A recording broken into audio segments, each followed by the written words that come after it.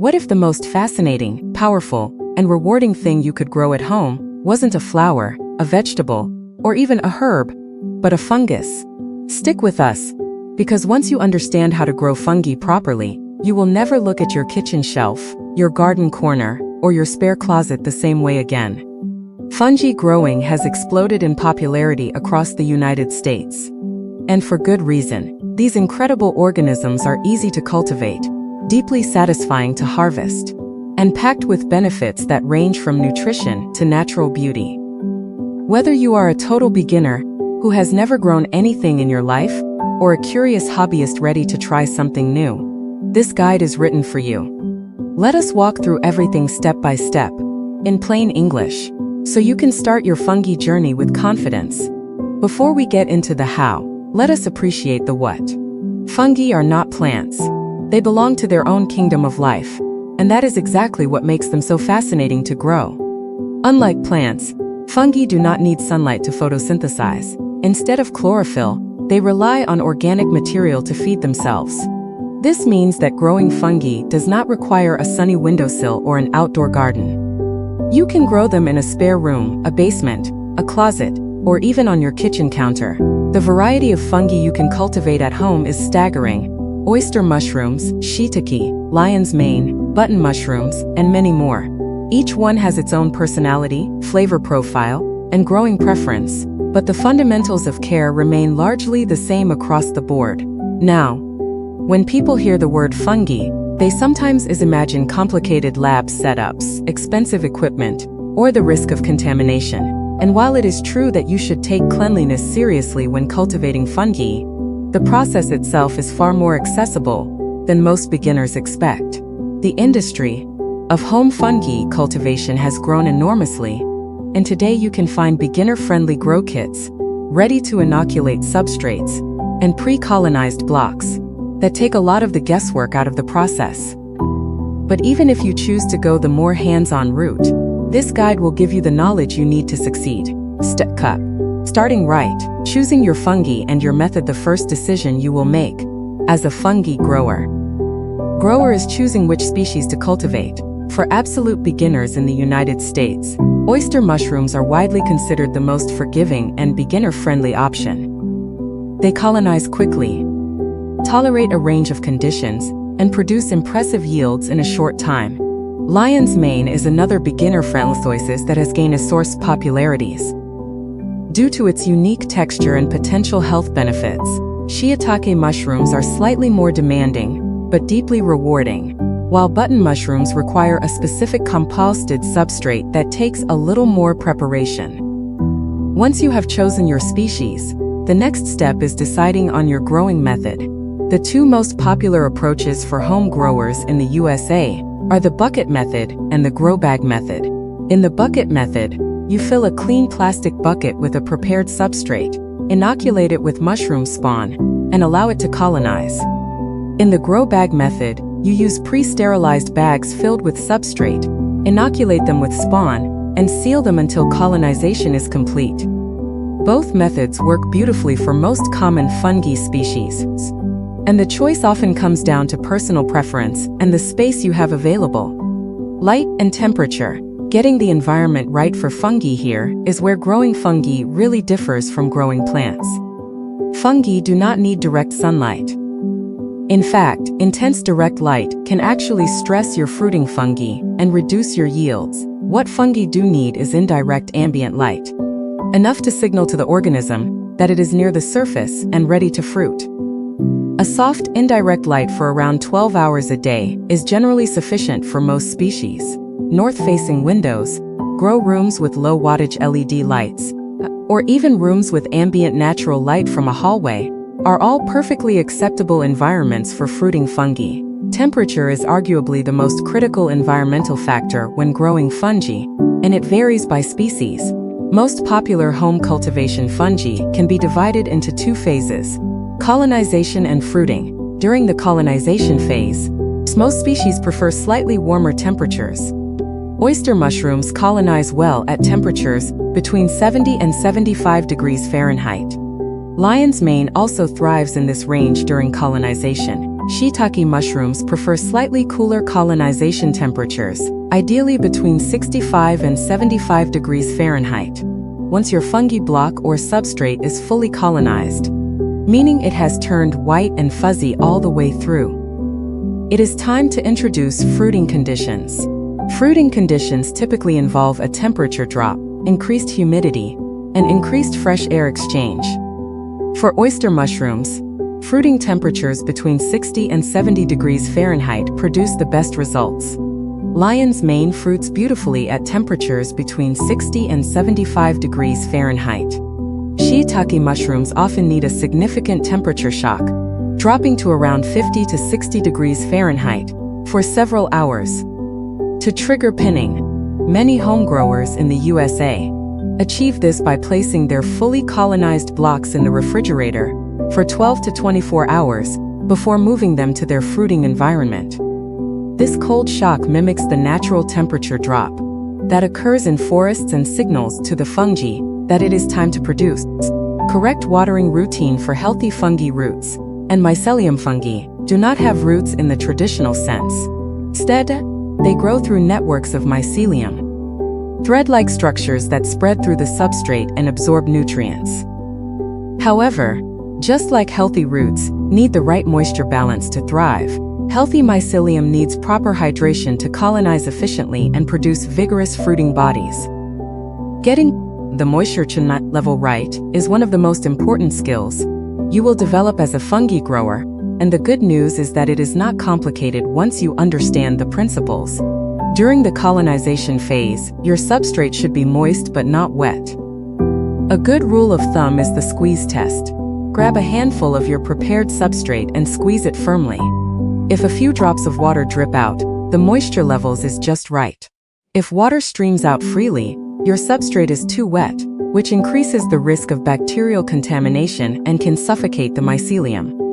If no water comes out at all and the substrate feels crumbly, it is too dry and needs more water. The ideal moisture content for most fungi substrates falls between 60 and 65%.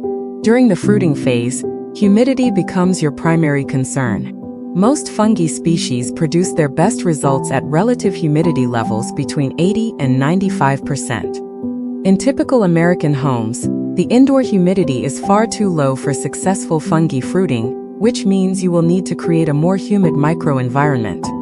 This is most commonly done using a humidity tent made from clear plastic, a modified plastic storage tub, or a dedicated grow chamber inside your fruiting environment.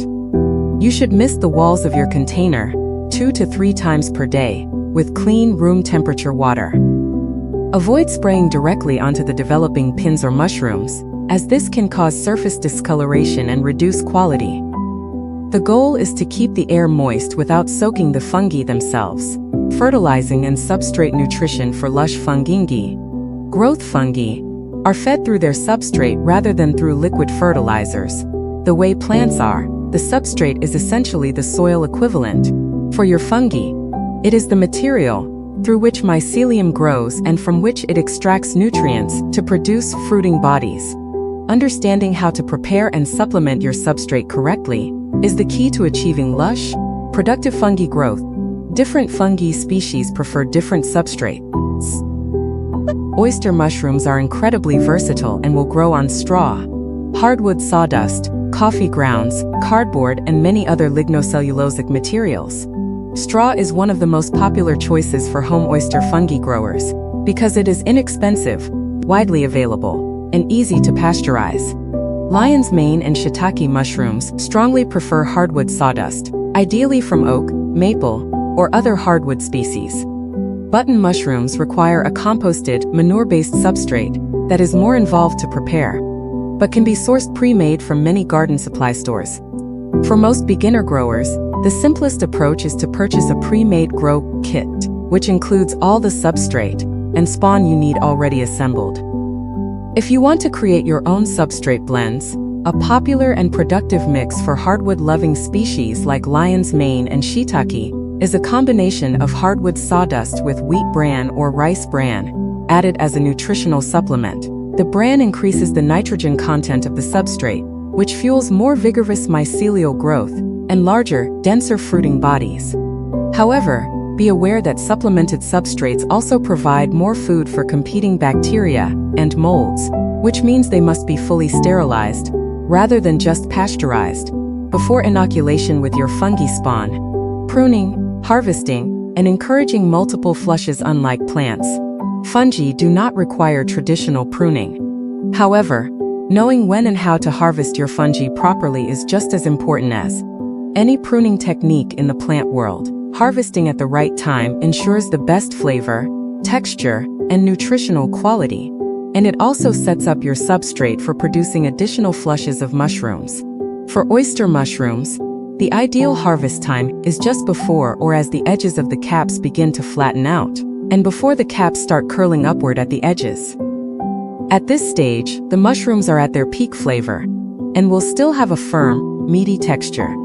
To harvest, grip the base of the cluster firmly and twist and pull simultaneously. This method removes the entire cluster cleanly and avoids leaving stumps that can rot and contaminate your substrate. For lion's mane, harvest when the white, pompon-like fruiting body is still firm and bright white. Once it begins to yellow slightly, it is past its peak. For Shitke, harvest when the cap is about 50 to 70% open, before the veil underneath the cap breaks completely. After harvesting your first flush, your substrate still has plenty of nutrition and moisture left to support additional flushes. To encourage a second or third flush, allow the surface of your substrate block to dry slightly, then re-soak it by submerging the block in clean cold water for 4 to 12 hours. This rehydration process replenishes moisture and can trigger another round of pinning. Most substrates will produce 2 to 3 productive flushes before their nutritional content is exhausted. At which point the spent substrate can be composted or used as a garden soil amendment. Common problems in fungi growing and easy solutions. Every fungi grower, beginner, or experienced, will encounter problems at some point. The important thing is to be able to identify what is going wrong and take corrective action before the situation becomes unrecoverable. The most common problems you will face when growing fungi at home are contamination, low pinning, abnormal fruiting body shapes, and slow colonization. Green, black, or pink patches appearing on your substrate are signs of contamination by competing molds. Most commonly trichoderma, which appears as a bright green powder, or neurospora, which appears as a vivid orange fuzz. If you spot contamination on your fungi substrate, isolate the affected block immediately to prevent spores from spreading to your other grows. In the early stages, contamination is usually localized, and you can sometimes cut out the affected section and salvage the rest of the block. However, widespread contamination means you need to dispose of the block completely, sterilize your growing area, and identify what went wrong. Common causes include insufficient sterilization or pasteurization of the substrate, poor sterile technique during inoculation, damaged or low-quality spawn, or introducing air from an unclean environment during the fruiting phase. Low pinning or failure to pin is another common frustration for beginner fungi growers. If your block has colonized fully, but is not producing any pins after a week or more of fruiting conditions, the most likely causes are insufficient humidity, lack of fresh air exchange, or the need for a temperature shock. Try misting more frequently, increasing the number of holes in your humidity tent to allow more fresh air in, or giving your block a cold water soak or refrigerator shock to stimulate pinning. Deformed or abnormal fruiting body shapes are usually a sign of inadequate fresh air exchange.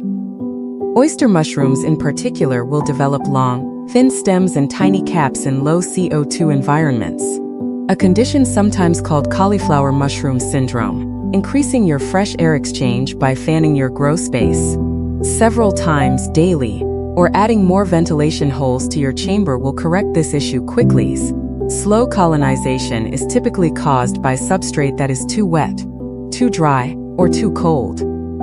Check your moisture levels using the squeeze test described earlier, and verify that your colonization environment is within the appropriate temperature range for your fungi species. If your home is too cool during winter months, a gentle heat mat placed under your grow bags or buckets can help maintain an ideal colonization temperature.